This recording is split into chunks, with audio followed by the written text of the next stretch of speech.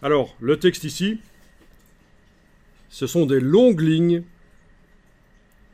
C'est difficile à lire, c'est pénible, ça fatigue.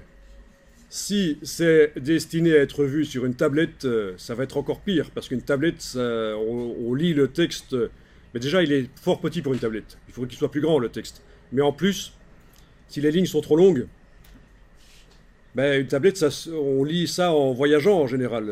On n'est pas fixe sur un siège, sur un bureau. Donc les choses bougent. Donc il faut vraiment des lignes plus courtes.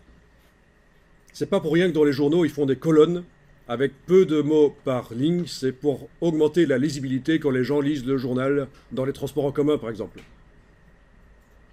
Eh bien, on va faire ça. Au lieu d'un bloc texte avec une seule colonne, on va créer deux colonnes. Alors, je vous rappelle que lorsque nous avons créé, mais j'en ai pas parlé en fait, quand on avait fait File New Document, on voyait ici le choix du nombre de colonnes. Ce n'est pas la même chose que ce qu'on va faire. Là, il s'agit de ce qu'on appelle des colonnes guides. Ce sont des lignes roses qui se mettent sur la page pour nous aider à placer nous-mêmes des blocs texte pour faire des colonnes. Mais ça, c'est pour les utilisateurs avancés de InDesign.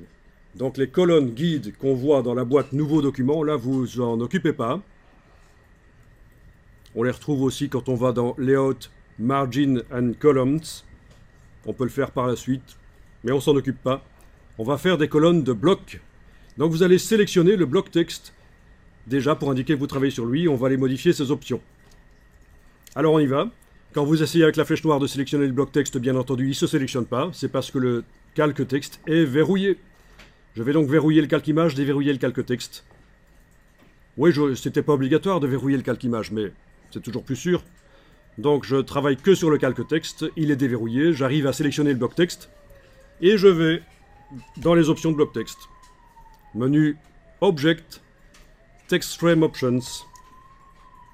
Object, Text Frame Options, et j'indique nombre de colonnes, 2.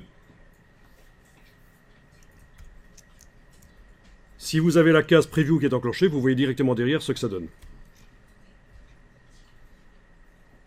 Vous avez la gouttière. Alors, je clique sur OK. En fait, on peut revenir autant de fois qu'on veut là-dedans.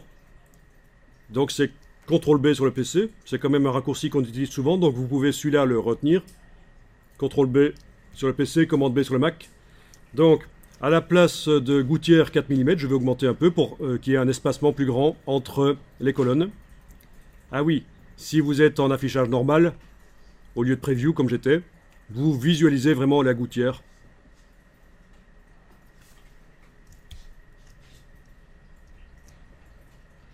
Alors bien entendu, il va falloir replacer l'image parce que c'est devenu foireux là.